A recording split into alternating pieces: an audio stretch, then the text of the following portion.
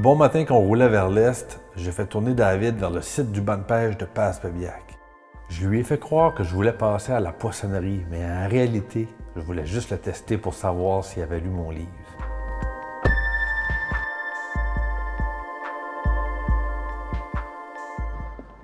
Le banc de pêche de Passepébiac. D'une certaine manière, c'est ici que tout a commencé. Ce que j'ai en tête quand je dis ça, c'est la rencontre des Micmacs avec l'explorateur Jacques Cartier. Premier voyage, 1534, qui cherche une route navigable qui débouche sur les richesses de l'Asie. Par la suite, il faut patienter, ma foi, plus de 230 ans après l'arrivée de Cartier pour qu'il y ait un début de structure au niveau du développement des pêcheries ici même, à Passepébiac. Et on parle évidemment de Charles Robin, qui sera un entrepreneur, un commerçant incontournable, qui va marquer la Gaspésie, son entreprise, son empire, je dirais, basé sur la pêche commerciale à la morue, qu'on va exporter partout dans le monde. Et il va construire un empire qui va durer, bon an, mal an. Il va y avoir des hauts et des bas là-dedans, mais près de 2 siècles.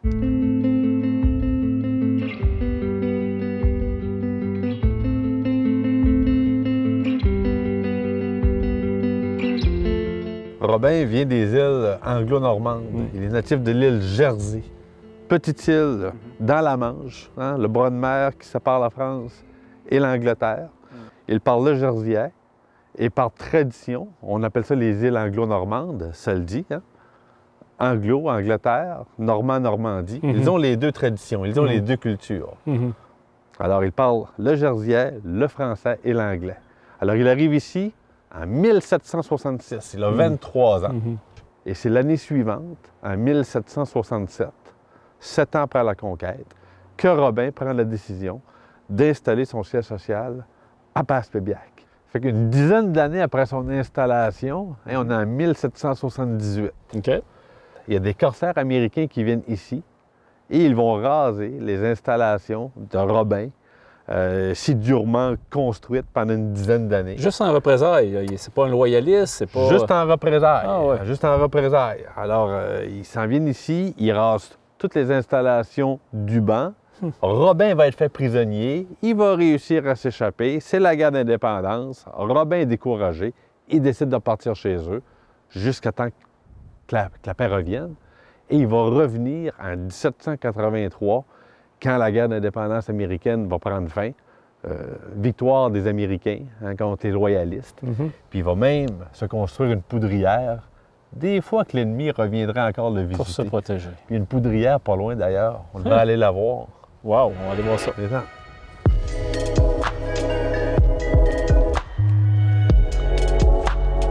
La poudrière est dans le coin là-bas, là.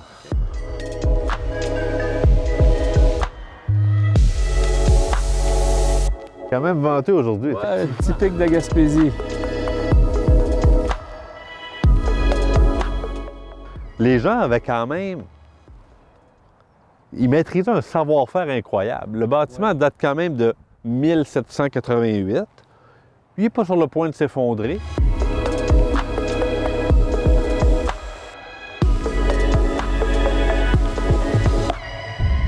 On voit qu'il y avait... L'œil de bœuf. Ouais. Un signe distinctif des bâtiments anglo-normands. Qu'on aille dans les maritimes, sur la côte nord du Québec, tout le long de la côte gaspésienne, les bâtiments de la famille Robin et des compétiteurs anglo-normands, comme les Le Boutillier, Hyman, nommons-les. L'œil de bœuf est un signe distinctif. Alors, c'est des gens qui aimaient le beau, l'esthétisme, et ils faisaient quand même un effort particulier pour que le bâtiment il est magnifique. ait un cachet, un signe distinctif.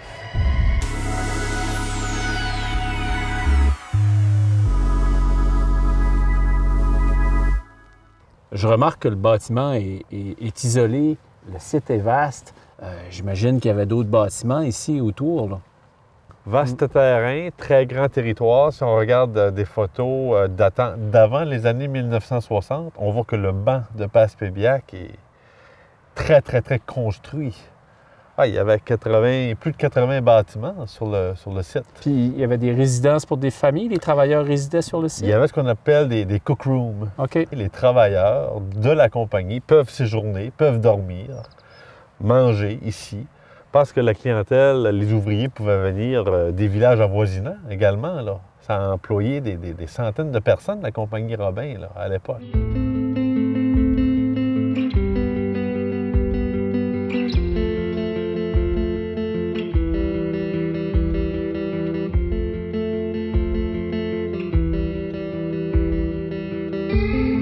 On qualifie souvent, ou par moment, Charles Robin d'esclavagiste. Il ne faut pas exagérer non plus. À mon avis, ça n'a rien à voir avec de l'esclavagisme.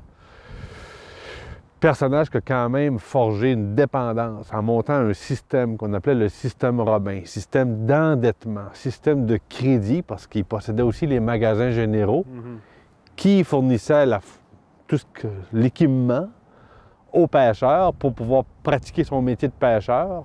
Et le pêcheur n'a d'autre choix que de ramener ses prises à la compagnie Robin, qui, eux, fixent et dictent les prix à la fin de la saison, de sorte que le pêcheur ne s'en sort jamais. On ne lui donne jamais le montant espéré, souhaité pour qu'il se sorte de son système ou de son endettement perpétuel. Et l'endettement était transmissible, tiens-toi bien, de génération en génération, de père en fils. Nous sommes à l'époque, le 18e siècle, c'est le siècle du capitalisme sauvage. C'est le capitalisme naissant. Et si on veut justement organiser ce système-là, ça implique qu'on exploite son prochain pour arriver à ses fins et pour s'enrichir. Et je pense qu'il y a encore des exemples, encore aujourd'hui, hélas. Donc, on perpétue ce genre de système-là.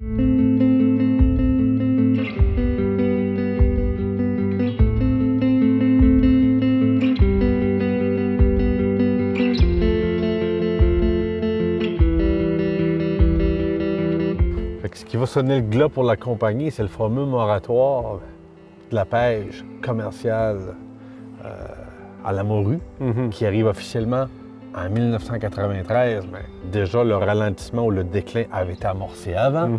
Là, on parle vraiment de la fin avec le moratoire de 1993. Mais il y aura quand même des magasins généraux, Robin, qui vont perdurer dans le temps. Après. Et le dernier magasin Robin va s'éteindre en Gaspésie en 2008. Donc, on parle de 251 ans de raison sociale, d'histoire d'une même compagnie au Canada. On verra plus tard. Hey, 250 ans, t'imagines-tu? David, c'est un vrai chum. Il avait lu mon livre. Mais on n'est quand même pas arrêté pour rien. On est reparti avec un 5 livres de belles morues fraîches.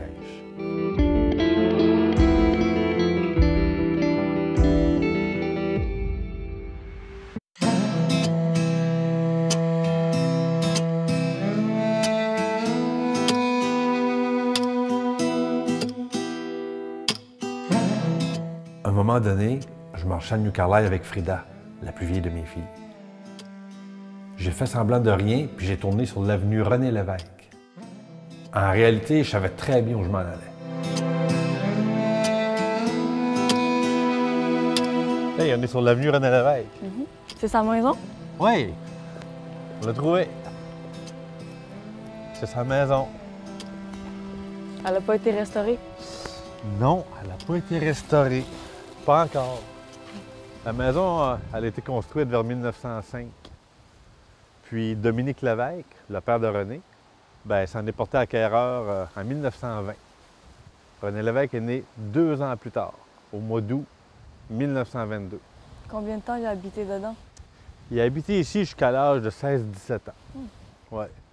René Lévesque, originaire de New Carlisle, mais né en 1922, Frida.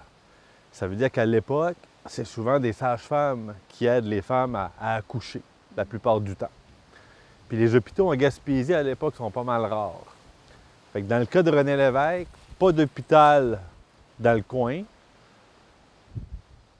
Sa mère va accoucher à l'hôpital de Campbellton, quand même à une bonne distance d'ici. Oui.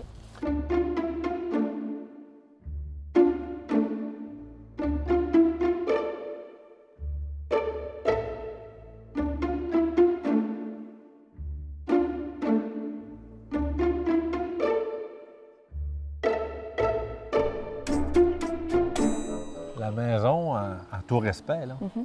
elle n'a pas un style ou un cachet architectural particulier. Et, Les fenêtres sont petites. les fenêtres sont petites, donc typiquement des années début 20e siècle. C'est vraiment la naissance de René Lévesque au Nouveau-Brunswick qui s'en vient s'établir ici par la suite dans son village natal, qui en fait un lieu assez évocateur.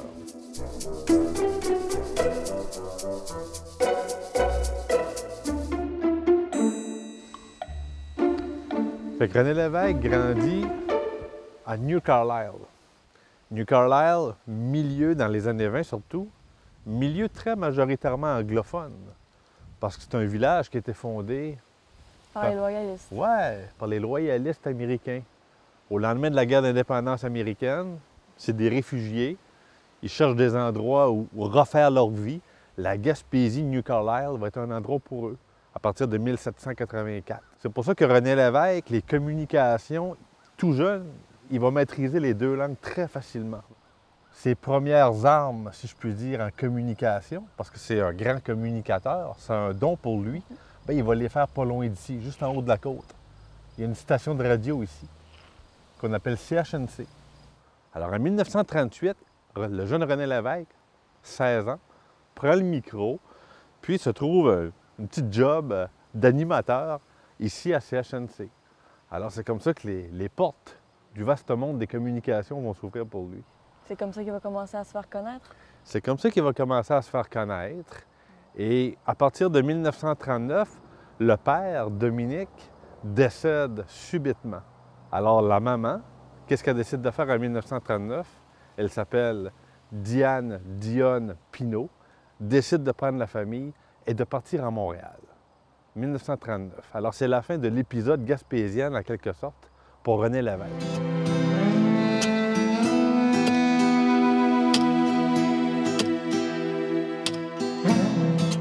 Puis là, je me suis emporté et je me suis mis à lui raconter toutes les grandes réalisations politiques de René Lévesque. Espérons qu'il y en aura d'autres, des politiciens Ouais. de cette envergure-là. Il y en a moins ces temps-ci, en tout respect. Espérons que c'est pas terminé parce que ça donne envie, un projet de société, ça donne envie de plonger, de sauter. Ouais. Dans la marmite, comme on dit. Puis de réaliser des projets. C'est ce qui fait battre le cœur d'une société, des projets collectifs. Là, je t'embête-tu un peu avec mes histoires, là? Non, t'es quand même pas si poche que ça. Là. Non, quand même pas Non. si...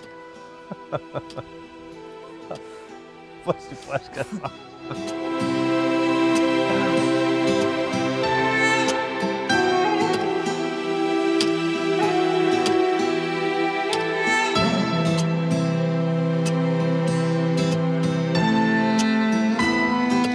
Pendant qu'on faisait le tour de la maison, j'ai trouvé une graine de marronnier sur le terrain.